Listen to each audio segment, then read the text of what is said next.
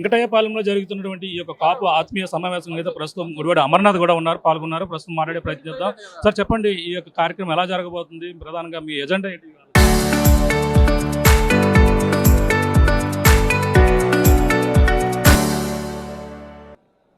Political leaders, ఒక రాజకీయ party ప్రతిపక్షంలో ఉన్నటువంటి నాయకులు అందరూ కూర్చున్నామనంటే పబ్లిక్ ఇష్యూస్ ఉంటాయి. సహజంగా మా సామాజిక వర్గానికి చెందినటువంటి నాయకులు కాబట్టి సామాజిక వర్గంలో ఉన్నటువంటి ఇష్యూస్, ప్రభుత్వం గతంలో అధికారంలోకి రావడానికి ఏవైతే హామీలు ఇచ్చిందో దాని మీద ఎంతవరకు నెరవేర్చిందో అనేటువంటి ఇష్యూస్ ఉంటాయి. గతంలో లాస్ట్ 2 yearsగా లా అండ్ ఆర్డర్ ఇష్యూస్ వల్ల ఇబ్బందులు పడినటువంటి ఫ్యామిలీస్ ఏ రకంగా ఉన్నాయో దానికి ఏ రకమైనటువంటి రెక్టిఫికేషన్ అనేటువంటి ప్రభుత్వంలో కనబట్టలేదు, దాని మీద డిస్కషన్ జరగాలి. దాంతోపాటు రాష్ట్రంలో అన్ని జిల్లాల నుంచి నాయకులు వచ్చారు కాబట్టి స్థానికంగా ఉన్నటువంటి వివిధ ఇష్యూస్ అన్నిటి మీద కూడా డిస్కషన్ చేసి ఒక ఎజెండా పెట్టుకొని సార్తో కూడా మాట్లాడి ఒక నిర్ణయం తీసుకోవాలనేటువంటిది మా తాలూకు ఉద్దేశం. వైసీపీ ప్రభుత్వంలో కాపులకి ఏం చేశారు, ఇప్పుడు కూటమి ప్రభుత్వం కూడా అదే విధంగా కూడా అమలు చేస్తారంటున్నారు. అంటే ఇప్పుడు రెండిట్లకి వ్యత్యాసం అనేక ఇష్యూస్ ఉన్నాయండి. అంటే మేము ప్రభుత్వంలో ఉన్నప్పుడు మా సార్ క్లియర్గా చెప్పాడు, కులం, మతం, ప్రాంతం ఏవి చూడకుండా నిజమైనటువంటి పేదవాడికి ఏం చేయాలో అనేటువంటిది అవి చేస్తాం. అన్ని రకాలుగా సపోర్ట్ అనేటువంటిది ప్రభుత్వం నుంచి ఇవ్వాలన్నటువంటి సపోర్ట్ ఇస్తాం. కాపు నేస్తం కానీ లేకపోతే మిగిలినటువంటి స్కీమ్స్ కానీ అన్నీ కూడా సాచ్యురేషన్ పద్ధతిలో అమలుపరిచాం. ఇప్పటికీ దాదాపు 2 సంవత్సరాలు అయింది. సంవత్సరానికి 3,000 కోట్ల రూపాయలు కాపు కార్పొరేషన్కి ఇస్తానని చెప్పి హామీ ఇచ్చారు. ₹1 కేటాయించినటువంటి పరిస్థితి లేదు. సో ఇలాగ రకరకాల ఇష్యూస్ ఉన్నాయి. మన కందుకూరులో 2 యువకుల్ని కారుతో గుద్ది చంపినటువంటి ఘటన ఉంది. మన పొన్నూరులో రైతుల్ని ఇబ్బంది పెట్టినటువంటి పరిస్థితులు ఉన్నాయి. నిన్న ఈ లాకప్ డెత్ ఇష్యూస్ ఉన్నాయి. సో ఇలా రకరకాలైనటువంటి ఇష్యూస్ ఎదురవుతా ఉన్నా ప్రభుత్వంలో ఉన్నటువంటి పెద్దలు కూడా సేఫ్ గార్డ్ చేయట్లేదు అనేటువంటి అభిప్రాయం అందరిలో ఉంది. సో దాని మీద కూడా చర్చ జరుగుతుంది. సాయికృష్ణ లాంటి వ్యవహారంలో అలాగే క్రిమినల్కి మద్దతు తెలుపుతున్నారు ఆ వైసీపీ నేతలను కూడా పవన్ కళ్యాణ్ చెప్తున్నారు. డిస్కషనే కరెక్ట్ కాదు. వ్యవస్థల మీద డిస్కషన్ చేస్తూ ఉంటే వ్యక్తుల గురించి డిస్కస్ చేస్తున్నారు, బ్యాక్గ్రౌండ్ డిస్కస్ చేస్తున్నారు. సాయికృష్ణ అనేటువంటి వాడు పెద్ద క్రిమినల్ కాదనట్లేదు. నువ్వు ఏదైనా ఉన్నప్పుడు నువ్వు చట్టపరంగా చర్యలు తీసుకొని ఉరిశిక్ష చేయొచ్చు కదా. ఉరిశిక్ష చేసి చంపేసి తీసుకుని కదా. ఎవరిచ్చారు నీకు హక్కు? కొట్టి చంపేసి బూడిద చేసేసి కనీసం బూడిది కూడా దొరకకుండా చేసేటువంటి హక్కు ప్రభుత్వానికి, వ్యవస్థకి ఎవరిచ్చారు? సో దాని మీద చర్చ జరగాలి తప్ప సాయికృష్ణ, వెంకటకృష్ణ, అమర్నాథ, ఇంకోరా అనేటువంటి సబ్జెక్ట్ కాదు. సో దీని మీద చర్చ జరగాలనేటువంటిది మా అభిప్రాయం. అది మేము అడిగినటువంటిది. వారి పార్టీలో ఆ అబ్బాయి తాలూకా మేనమామే ఆ పార్టీ నాయకుడు అడిగాడు, ఆయనకి సమాధానం చెప్పుకోవాలి తప్ప మాకు సమాధానం చెప్పాల్సినటువంటి మా తాలూకు డిమాండ్ వ్యవస్థలకు గౌరవం ఉంచాలనేటువంటిది వైఎస్ఆర్ కాంగ్రెస్ పార్టీ డిమాండ్ చేస్తాం. అనంతబాబు లాంటి వాళ్ళు ఒక దళిత యువకుని చంపి డోర్ డెలివరీ చేస్తే అప్పుడు లేనిటువంటి వ్యవహారం ఇప్పుడు ఈ విధంగా పార్టీ సస్పెండ్ చేసింది. పార్టీ సస్పెండ్ చేసి యాక్షన్ తీసుకుంది. ఆ రోజు మేమే కేసు పెట్టాం, మేమే జైల్లో పెట్టాం. అన్ని జరుగుతున్నప్పుడు దీంట్లో మళ్ళీ దీని మీద చర్చ ఏముంది? ఏదైనా అంటే పాత రోజులన్నీ గుర్తు చేస్తారు. ఇప్పుడు నువ్వు చేస్తున్నప్పుడు నీ ప్రభుత్వంలో, నీ వ్యవస్థలో ఏం జరుగుతుంది అనేటువంటి దానికి సమాధానం చెప్పమంటే, సరే అవన్నీ జరిగాయి కాబట్టి మేము ప్రతిపక్షంలో ఉన్నాం అనుకోవచ్చు కదా. మరి ఇప్పుడు మీరేం చేస్తున్నారు? సో దానికి సమాధానం చెప్పని ప్రజలు అడుగుతున్నారు. పార్టీ వాళ్ళు చేసిన తాట తీస్తానని కూడా ఆయన చెప్తున్న పరిస్థితి. ఇలా చాలా మంది తీశారు. ఎంతమంది తీశారు, ఎంతమంది తోలు తీశారు, ఎంతమంది చెప్పులు కుట్టించారు, ఇవన్నీ చూసామండి. దయచేసి ఆయన ఆ స్థాయిలో ఆ మాటలు కరెక్ట్ కాదనేటువంటిది నా తాలూకా అభిప్రాయం. లాంటి కాలంలో ఆయన మీద ఒక కాన్ఫిడెన్స్తో ప్రజలు ఓట్లేశారు. ముఖ్యంగా మా సామాజిక వర్గం కూడా ఆయన చూసి ఆ పార్టీకి ఓటేసింది, కూటమికి. ఏం చేస్తారనేటువంటిది లాస్ట్ 2 years నుంచి డిసప్పాయింట్మెంట్తో ఉన్నారు. సో డెఫినెట్గా దాని మీద రెస్పాండ్ చేయాలనేటువంటిది నా తాలూకు ఉద్దేశం. మీరు చేసిన వ్యాఖ్యలు మేకప్ ఒక మహిళని ఈ విధంగా మేకప్ చేసుకోవడం, పెట్టేటువంటి శ్రద్ధ శాఖ మీద పెట్టడం తప్ప, అదేం పెద్ద భూత. నేనేం మహిళలను అందరినీ ఉద్దేశించి మాట్లాడానా? ఒక వ్యక్తి ఒక బాధ్యతాయుతమైనటువంటి పదవిలో ఉండి మీరు వ్యవహరించాల్సినటువంటి మీ పదవిని, మీ శాఖని వెలగబెట్టకుండా జగన్మోహన్ రెడ్డి గారిని, మా లాంటి వాళ్ళని, మాజీ మంత్రుల్ని పట్టుకుని ఆడు ఈడు అని చెప్పి మాట్లాడుతూ ఉంటే నోరు మూసుకొని కూర్చోడానికి ఎవరు సిద్ధంగా లేడు.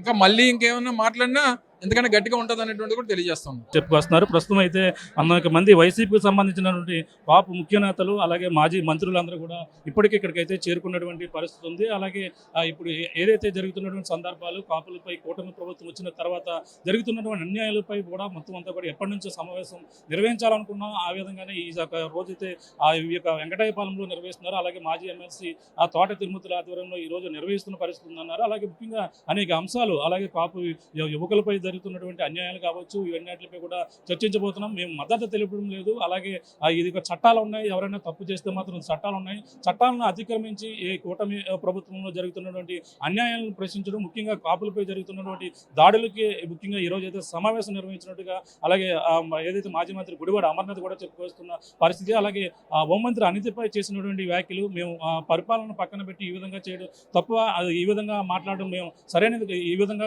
మాట్లాడడం తప్ప అంటూ కూడా ఆయన అయితే ప్రశ్నించడం జరిగింది. ఏదేమైనా ఈ రోజు అయితే కాపులపై జరుగుతున్నటువంటి అన్యాయాలపై కూడా ఈ మొత్తం చర్చించిన తర్వాత పూర్తి వివరాలు అయితే తెలియపరిచే అవకాశం ఉందని కూడా చెప్పుకొస్తున్నారు. ఇది ఇక్కడ ఉన్న తాజా పరిస్థితి. కెమెరా అనిల్తో ప్రకాష్, RTV, వెంకటయ్యపాలెం నుంచి. వెంకటయ్యపాలెంలో జరుగుతున్నటువంటి ఈ యొక్క కాపు ఆత్మీయ సమావేశం అయితే ప్రస్తుతం గుడివాడ అమర్నాథ్ కూడా పాల్గొన్నారు. ప్రస్తుతం మాట్లాడే ప్రయత్నం చేద్దాం. సార్ చెప్పండి, ఈ యొక్క కార్యక్రమం ఎలా జరగబోతుంది, ప్రధానంగా మీ ఎజెండా ఏంటి? పొలిటికల్ లీడర్స్, ఒక రాజకీయ పార్టీ ప్రతిపక్షంలో ఉన్నటువంటి నాయకులు అందరూ కూర్చున్నామనంటే పబ్లిక్ ఇష్యూస్ ఉంటాయి. సహజంగా మా సామాజిక వర్గానికి చెందినటువంటి నాయకులు కాబట్టి సామాజిక వర్గంలో ఉన్నటువంటి ఇష్యూస్, ప్రభుత్వం గతంలో అధికారంలోకి రావడానికి ఏవైతే హామీలు ఇచ్చిందో దాని మీద ఎంతవరకు నెరవేర్చిందో అనేటువంటి ఇష్యూస్ ఉంటాయి. గతంలో లాస్ట్ 2 yearsగా లా అండ్ ఆర్డర్ ఇష్యూస్ వల్ల ఇబ్బందులు పడినటువంటి ఫ్యామిలీస్ ఏ రకంగా ఉన్నాయో, దానికి ఏ రకమైనటువంటి రెక్టిఫికేషన్ అనేటువంటి ప్రభుత్వంలో కనబట్టలేదు, దాని మీద డిస్కషన్ జరగాలి. దాంతోపాటు రాష్ట్రంలో అన్ని జిల్లాల నుంచి నాయకులు వచ్చారు కాబట్టి స్థానికంగా ఉన్నటువంటి వివిధ ఇష్యూస్ అన్నిటి మీద కూడా డిస్కషన్ చేసి ఒక ఎజెండా పెట్టుకొని సార్తో కూడా మాట్లాడి ఒక నిర్ణయం తీసుకోవాలనేటువంటిది మా తాలూకు ఉద్దేశం. గతంలో వైసీపీ ప్రభుత్వంలో కాపులకి ఏం చేశారు, ఇప్పుడు కూటమి ప్రభుత్వం కూడా అదే విధంగా కూడా అమలు చేస్తారంటున్నారు. అంటే ఇప్పుడు రెండిట్లకి వ్యత్యాసం అనేక ఇష్యూస్ ఉన్నాయండి. అంటే మేము ప్రభుత్వంలో ఉన్నప్పుడు మా సార్ క్లియర్గా చెప్పాడు, కులం, మతం, ప్రాంతం ఏవి చూడమని. చూడకుండా నిజమైనటువంటి పేదవాడికి ఏం చేయాలో అనేటువంటిది అవి చేస్తాం. అన్ని రకాలుగా సపోర్ట్ అనేటువంటిది ప్రభుత్వం నుంచి ఇవ్వాల్సినటువంటి సపోర్ట్ ఇస్తాం.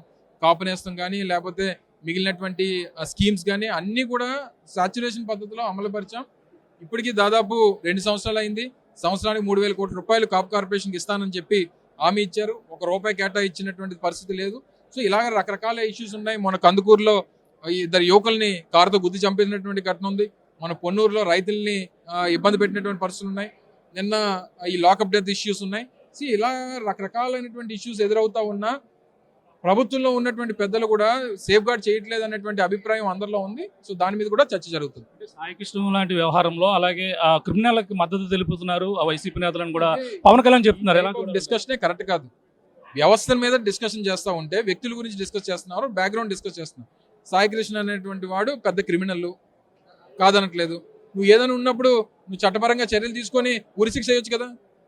ఉరిశిక్ష చేసి చంపేసి తీసుకుని కదా. ఎవరిచ్చారు నీకు హక్కు? కొట్టి చంపేసి బూడిద చేసేసి కనీసం బూడిద కూడా దొరకకుండా చేసేటువంటి హక్కు ప్రభుత్వానికి, వ్యవస్థకి ఎవరిచ్చారు? సో దాని మీద చర్చ జరగాలి తప్ప సాయి కృష్ణ, వెంకటకృష్ణ, అమర్నాథ, ఇంకోరా అనేటువంటి సబ్జెక్ట్ కాదు. సో దీని మీద చర్చ జరగాలనేటువంటిది మా అభిప్రాయం. అది మేము అడిగినటువంటిది. వారి పార్టీలో ఆ అబ్బాయి తాలూకా మేనమామే ఆ పార్టీ నాయకుడు అడిగాడు, ఆయనకి సమాధానం చెప్పుకోవాలి తప్ప మాకు సమాధానం చెప్పాల్సినటువంటి మా తాలూకు డిమాండ్ వ్యవస్థలకు గౌరవం ఉంచాలనేటువంటిది వైఎస్ఆర్ కాంగ్రెస్ పార్టీ డిమాండ్ చేస్తాం. అనంతబాబు లాంటి వాళ్ళు ఒక దళిత యువకుని చంపి డోర్ డెలివరీ చేస్తే అప్పుడు లేనిటువంటి వ్యవహారం ఇప్పుడు ఈ విధంగా పార్టీ సస్పెండ్ చేసింది. పార్టీ సస్పెండ్ చేసి యాక్షన్ తీసుకుంది. ఆ రోజు మేమే కేసు పెట్టాం, మేమే జైల్లో పెట్టాం. అన్ని జరుగుతున్నప్పుడు దీంట్లో మళ్ళీ దీని మీద చర్చ ఏముంది? ఏదైనా అంటే పాత రోజులన్నీ గుర్తు చేస్తారు. ఇప్పుడు నువ్వు చేస్తున్నప్పుడు నీ ప్రభుత్వంలో, నీ వ్యవస్థలో ఏం జరుగుతుంది అనేటువంటి దానికి సమాధానం చెప్పమంటే, సరే అవన్నీ జరిగాయి కాబట్టి మేము ప్రతిపక్షంలో ఉన్నాం అనుకోవచ్చు కదా. మరి ఇప్పుడు మీరేం చేస్తున్నారు? సో దానికి సమాధానం చెప్పమని ప్రజలు అడుగుతున్నారు. పార్టీ వాళ్ళు చేసిన తాట తీస్తానని కూడా ఆయన చెప్తున్న పరిస్థితి. ఇలా చాలా మంది తీశారు. ఎంతమంది తీశారు, ఎంతమంది తోలు తీశారు, ఎంతమంది చెప్పులు కుట్టించారు, ఇవన్నీ చూసామండి. దయచేసి ఆయన ఆ స్థాయిలో ఆ మాటలు కరెక్ట్ కాదనేటువంటిది నా తాలూకా అభిప్రాయం. రానటువంటి కాలంలో ఆయన మీద ఒక కాన్ఫిడెన్స్తో ప్రజలు ఓట్లేశారు. ముఖ్యంగా మా సామాజిక వర్గం కూడా ఆయన చూసి ఆ పార్టీకి ఓటేసింది, కూటమికి. ఏం చేస్తారనేటువంటిది లాస్ట్ 2 years నుంచి డిసప్పాయింట్మెంట్తో ఉన్నారు. సో డెఫినెట్గా దాని మీద రెస్పాండ్ చేయాలనేటువంటిది నా తాలూకు ఉద్దేశం. అంటే మీరు చేసిన వ్యాఖ్యలు మేకప్ ఒక మహిళని ఈ విధంగా మాట్లాడడం, మేకప్ చేసుకోవడం, పెట్టేటువంటి శ్రద్ధ శాఖ మీద పెట్టడం తప్ప, అదేం పెద్ద భూత. నేనేం మహిళలను అందరినీ ఉద్దేశించి మాట్లాడానా? ఒక వ్యక్తి ఒక బాధ్యతాయుతమైనటువంటి పదవిలో ఉండి మీరు వ్యవహరించాల్సినటువంటి మీ పదవిని, మీ శాఖని వెలగబెట్టకుండా జగన్మోహన్ రెడ్డి గారిని, మా లాంటి వాళ్ళని, మాజీ మంత్రుల్ని పట్టుకుని ఆడు ఈడు అని చెప్పి మాట్లాడుతూ ఉంటే నోరు మూసుకొని కూర్చోడానికి ఎవరు సిద్ధంగా లేడు. ఇంకా మళ్ళీ ఇంకేమన్నా మాట్లాడినా ఎందుకంటే గట్టిగా ఉంటుంది అనేటువంటి కూడా తెలియజేస్తాం. చెప్పుకొస్తున్నారు. ప్రస్తుతం అయితే అనేక మంది వైసీపీకి సంబంధించినటువంటి పాపు ముఖ్య నేతలు అలాగే మాజీ మంత్రులందరూ కూడా ఇప్పటికే ఇక్కడికైతే చేరుకున్నటువంటి పరిస్థితి ఉంది. అలాగే ఇప్పుడు ఏదైతే జరుగుతున్నటువంటి సందర్భాలు కాపులపై కూటమి ప్రభుత్వం వచ్చిన తర్వాత జరుగుతున్నటువంటి అన్యాయాలపై కూడా మొత్తం అంతా కూడా ఎప్పటి నుంచో సమావేశం నిర్వహించాలనుకున్నాం. ఆ విధంగానే ఈ రోజైతే ఈ యొక్క వెంకటాయపాలెంలో నిర్వహిస్తున్నారు. అలాగే మాజీ ఎమ్మెల్సీ తోట తిరుమతుల ఆధ్వర్యంలో ఈ రోజు నిర్వహిస్తున్న పరిస్థితి ఉందన్నారు. అలాగే ముఖ్యంగా అనేక అంశాలు అలాగే కాపు యువకులపై జరుగుతున్నటువంటి అన్యాయాలు కావచ్చు, ఇవన్నిటిపై కూడా చర్చించబోతున్నాం. మేము మద్దతు తెలిపడం లేదు. అలాగే ఇది చట్టాలు ఉన్నాయి, ఎవరైనా తప్పు చేస్తే మాత్రం చట్టాలు ఉన్నాయి. చట్టాలను అతిక్రమించి ఈ కూటమి ప్రభుత్వంలో జరుగుతున్నటువంటి అన్యాయాలను ప్రశ్నించడం, ముఖ్యంగా కాపులపై జరుగుతున్నటువంటి దాడులకి ముఖ్యంగా ఈ రోజు అయితే సమావేశం నిర్వహించినట్టుగా అలాగే ఏదైతే మాజీ మంత్రి గుడివాడ అమర్నాథ్ కూడా చెప్పుకొస్తున్న పరిస్థితి. అలాగే హోంమంత్రి అనితపై చేసినటువంటి వ్యాఖ్యలు మేము పరిపాలన పక్కన పెట్టి ఈ విధంగా చేయడం తప్ప, ఈ విధంగా మాట్లాడడం మేము సరైనది, ఈ విధంగా మాట్లాడడం తప్ప అంటూ కూడా ఆయన అయితే ప్రశ్నించడం జరిగింది. ఏదేమైనా ఈ రోజు అయితే కాపులపై జరుగుతున్నటువంటి అన్యాయాలపై కూడా ఈ మొత్తం చర్చించిన తర్వాత పూర్తి వివరాలు అయితే తెలియపరిచే అవకాశం ఉందని కూడా చెప్పుకొస్తున్న ఇది ఇక్కడ ఉన్న తాజా పరిస్థితి. కెమెరా అనిల్తో ప్రకాష్ RTV వెంకటాయపాలెం నుంచి.